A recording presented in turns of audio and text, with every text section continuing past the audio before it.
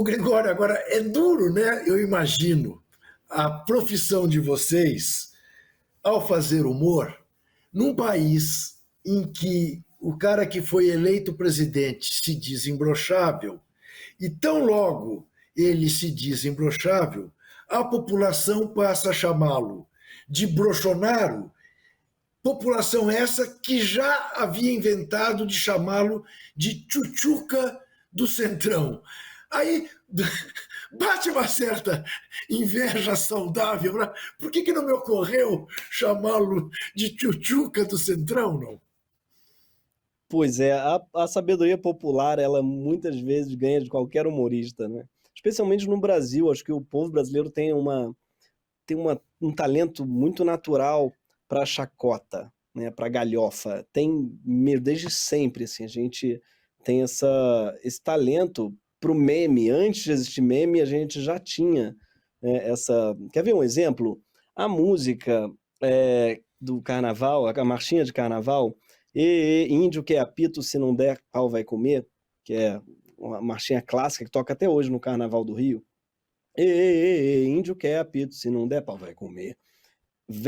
As pessoas cantam e tudo, achando que é uma coisa de índio e tal, vem dos anos 50, quando teve, eu acho que estavam com Juscelino Kubitschek, tem essa história, que a rainha da Inglaterra veio ao Brasil e tem a história de que ela teria soltado um traque, um pum, na frente do índio. E ela deu um colar para o índio. Ao que o índio respondeu: índio não quer colar, índio quer apito. Como quem diz, o lugar de onde saiu esse som que você fez. Isso daí virou uma anedota da época, um meme contado e virou marchinha. E todo mundo contava isso entre si, essa história, e virou marchinha mais bem-sucedida do carnaval. E todo mundo cantava, e ao se referir a apito, estavam falando do órgão excretor da primeira... Perdão, não era eu confundi, não era da rainha, era da primeira dama, era da Sarah Kubitschek. Foi ela e não tinha nada, já eu que estou confundindo por causa do enterro. A Sarah e o Juscelino foram ver a liderança indígena. E aí essa anedota ficou famosa. Ou seja, o povo inteiro estava cantando a coisa mais disruptiva, e olha que gostavam, não era porque odiavam o Juscelino, menos ainda a Sarah, mas era só porque o brasileiro adora a irreverência. Assim, a gente tem mesmo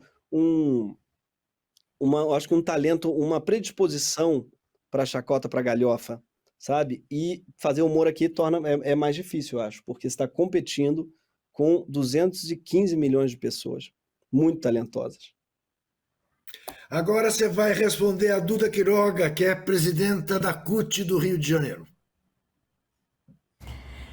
Salve, Juca Kfouri. Salve, Gregório do Vivier e os espectadores desse programa de entrevistas sempre tão interessante que eu, quando posso, estou por aqui mandando uma pergunta, uma provocação. Sou Duda Quiroga, estou presidenta da Central Única dos Trabalhadores e das Trabalhadoras no Rio de Janeiro e coordenadora geral do SEP, Sindicato Estadual dos Profissionais da Educação. Sou professora de Educação Infantil e Fundamental Primeiro Segmento da Rede Municipal do Rio. Nesse momento, seja na sala de professores e professoras, seja nas ruas, no transporte público, no nosso almoço, até de família no domingo, né? O assunto é um só: eleições. E diante de um processo eleitoral tão tensionado, onde houve mortes por divergências políticas de opinião que estão polarizadas, que o Estado Democrático de Direito se mostra ameaçado. Tanto que foram feitos documentos em defesa dessa instituição, que é o Estado brasileiro, que é a democracia. Não deveríamos estar debatendo o voto necessário já no primeiro turno para que a gente liquide de uma vez essa fatura? Queria ouvir o que vocês acham disso. Acrescento a pergunta dela, Gregório. Não sei se você chegou a ler um artigo do professor Conrado Hübner na Folha, em que ele diz que não há voto envergonhado, que não há voto oculto, que não há voto amedrontado, que a questão que está posta é do voto de sobrevivência. Eu achei muito interessante a classificação que ele fez. Queria te ouvir sobre isso.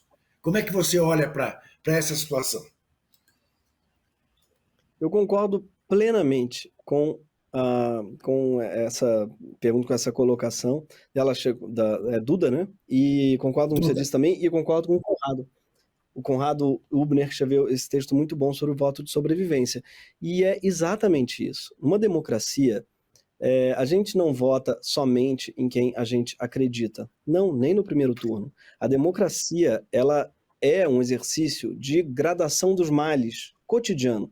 Todo dia a gente tem que pesar como é que as nossas atitudes vão influenciar dentro do jogo político. Como é que um voto tem mil bifurcações possíveis. Então, por exemplo, o pensamento que você tem para uma eleição de 2 turnos, como de presidente, é completamente diferente do que você tem para de senador, que tem um turno só.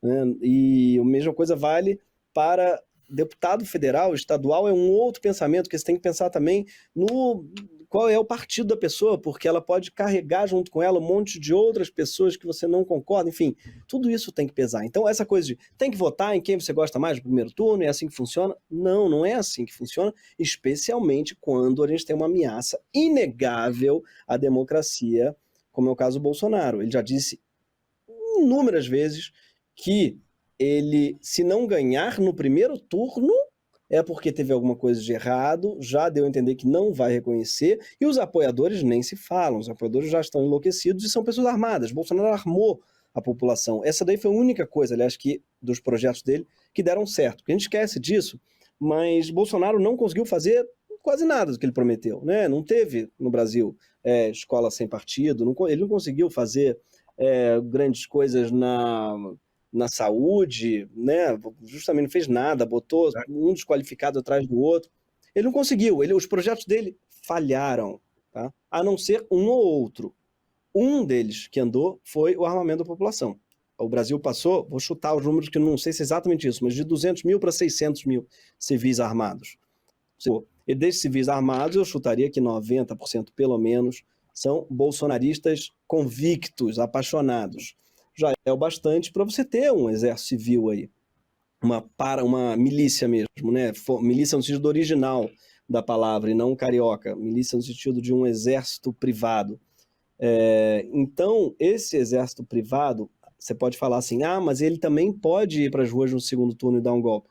Claro que pode, mas no primeiro turno é muito mais difícil. Primeiro, é muito mais difícil você contestar uma eleição ganha de lavada. Isso daí é fato no mundo todo. É feito, para usar um paralelo futebolístico, você reclamar da arbitragem tendo perdido de 3-0. Você não reclama. Quem reclama da arbitragem é quem perde 2-1, perde 1-0, né? Porque um juiz dificilmente vai roubar a ponto de permitir uma goleada. É realmente muito raro. E depois disso, no primeiro turno, para Bolsonaro negar as eleições, ele tem que negar a eleição de 540 deputados. De 81 senadores. Ele tem que negar as eleições de muita gente que não vai comprar essa briga. E se comprar, se ferrou. Com o centrão inteiro, do Arthur Lira ao Ciro Nogueira, com todos os eleitos nessa eleição, é uma briga que ele não compra mesmo. Então, no segundo turno, ele consegue fechar com o Arthur Lira, fechar com os eleitos e tentar um golpe parlamentar. E no primeiro é impossível, ele só tem mesmo essa milícia armada, que pode fazer um fuzuê, mas não se compara a essa milícia armada unida ao parlamento, o centrão e o caramba, que por incrível que pareça, ainda estão com ele. Resta saber até quando, porque esse povo não entra em barca furada. Em algum momento eles vão debandar, eu acredito. Você sabe que eu li recentemente uma estatística, um levantamento feito pelo Exército, em que, ao mesmo tempo que o Exército reconhece não ter controle sobre a quantidade de armas que foram compradas nesse período, mas que calcula-se que cerca de 1 milhão de brasileiros hoje têm armas. 1 milhão. Foi 1 milhão mesmo? 1 milhão. Eu estava achando que agora, 1 milhão é muita. Agora, é outra história, né? É muito engraçado para quem passou um tempão dizendo para a gente, vá para a Venezuela. Era exatamente isso, né, que o Chávez queria fazer. O povo armado não é escravizado. Né? São similitudes, não é? Que se dão entre, não por acaso, ex-militares.